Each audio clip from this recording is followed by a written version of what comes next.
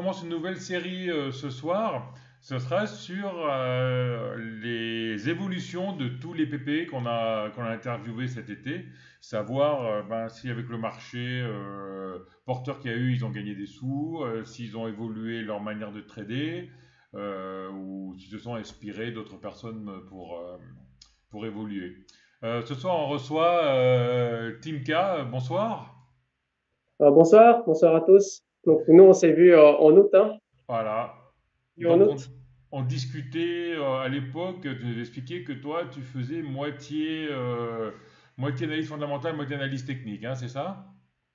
C'est ça. En fait, j'aime bien savoir en fait dans quoi je rentre et Ouais, ensuite essayer de trouver le meilleur point d'entrée au niveau de l'analyse technique. Ouais. d'accord. Qu'est-ce que ça a dit alors depuis la dernière fois qu'on s'est vu? T'as tout cassé ou bien? Donc, il y avait plein de trucs qui sont arrivés. En fait, ce qu'il y a eu, c'est que à la fin du mois d'août, j'ai commencé aussi à trader les turbos.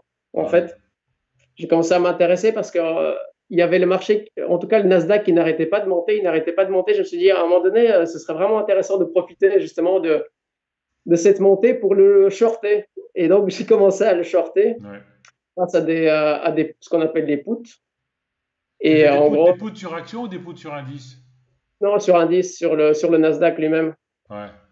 Et donc, ce qu'il y a eu, c'est que bah, je me suis fait sortir, j'ai été désactivé. Je ne sais pas si tu sais comment ça marche, Ouais. les turbos en gros, mais Bah ouais, mais si tu veux expliquer pour les auditeurs, c'est peut-être c'est pas mal. ouais. Donc, les turbos, c'est des produits qu'une banque peut créer pour en fait avoir une espèce de des leviers.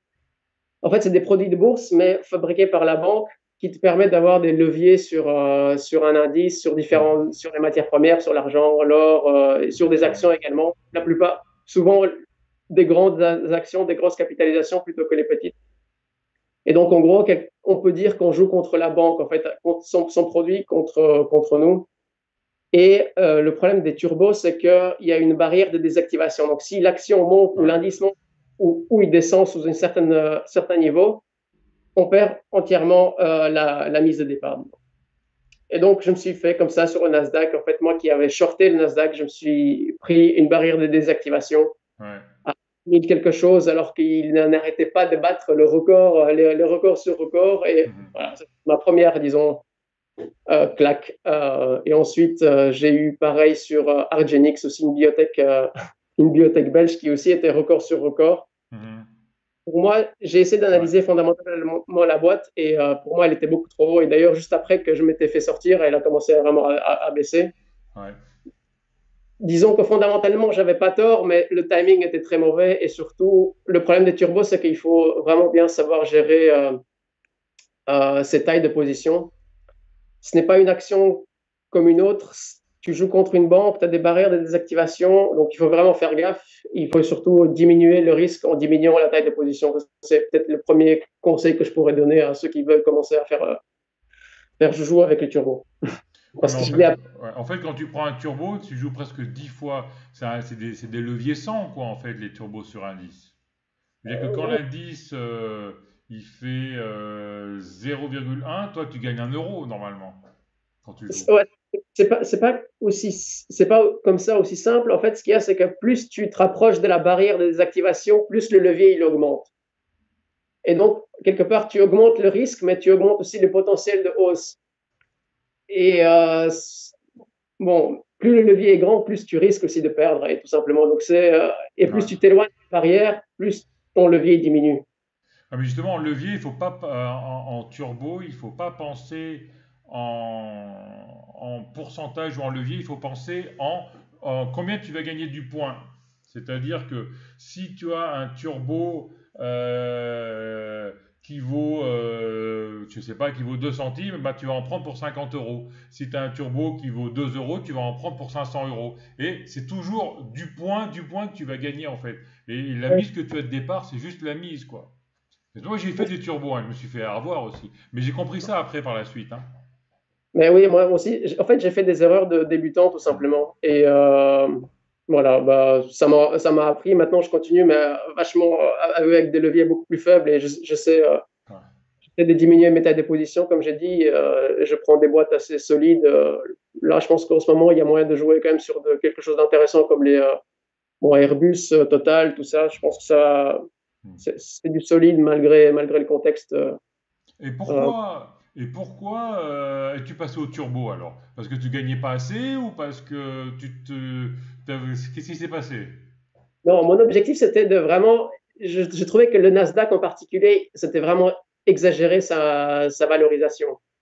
Et je me projetais un petit peu, peut-être trop en avant, sur le fait qu'il y aura une cycli. Enfin, comment on appelle ça? Il y aura une valeur. Le retour vers les valeurs cycliques, quoi, et non les techniques. Ouais. Un Et donc, changement je de me suis dit, à un moment donné, le compartiment. Nasdaq, il va devoir consolider. C'est juste que moi, je suis rentré dans la hausse, pile dans la hausse exponentielle, au lieu d'attendre vraiment un signal de baisse. Ouais, t'as Donc, c'est préféré. une erreur de débutant, quoi. Ok, bah, Voilà. pas Donc, facile. après les. J'ai perdu quelques centaines d'euros, quand même. Donc, et ce que je suis content, quand même, c'est que récemment, en fait, il y a Kiadis. Je ne sais pas si tu as suivi la biotech Oui, Kiadis qui se fait racheter par Sanofi. ouais, Donc, ça, j'ai pu profiter parce que, et notamment, grâce à ma manière de faire, tout simplement, c'est d'analyser l'entreprise, analyser la biotech, voir qu'elle a un gros partenaire qui va payer 800 millions pour les milestones, alors que la boîte, elle cote 50 millions. Tu vois, quand tu as des niveaux comme ça, moi, je suis rentré quasiment à l'aveugle. J'ai augmenté mes positions pendant qu'elle chutait. Et j'ai été récompensé. Voilà, maintenant, elle a fait fois 250% avec ouais, le rachat. Donc, j'ai récupéré, en grosso modo, ce que j'ai perdu sur les turbos. d'accord. Ok, Voilà, donc c'est ça qu'il faut faire, en fait, je pense. C'est que s'il y a une méthode qui fonctionne pour toi, même si tu gagnes plus ou tu gagnes moins qu'un autre, il faut pas vraiment se comparer. S'il y a une ouais, méthode qui fonctionne, garde-la parce que c'est comme ça que tu fais le mieux, tout simplement. Donc, c'est ça. Ou alors essayer de l'améliorer, mais pas changer radicalement. Ouais. exactement, ouais. Et maintenant, qu'est-ce Euh, que tu veux faire alors dans un proche futur tu veux donc revenir sur ton trade d'avant ou tu veux essayer quelque chose de nouveau ou comment ça se passe? non, et, je vais continuer ma méthode où j'analyse une boîte et je trouve qu'elle est sous-valorisée. Je vais en acheter. Bah, notamment, par exemple, Innate Pharma. Voilà, je pense que c'est une boîte qui a un très fort partenaire, AstraZeneca. Elle a 3 produits, dont un en phase 3.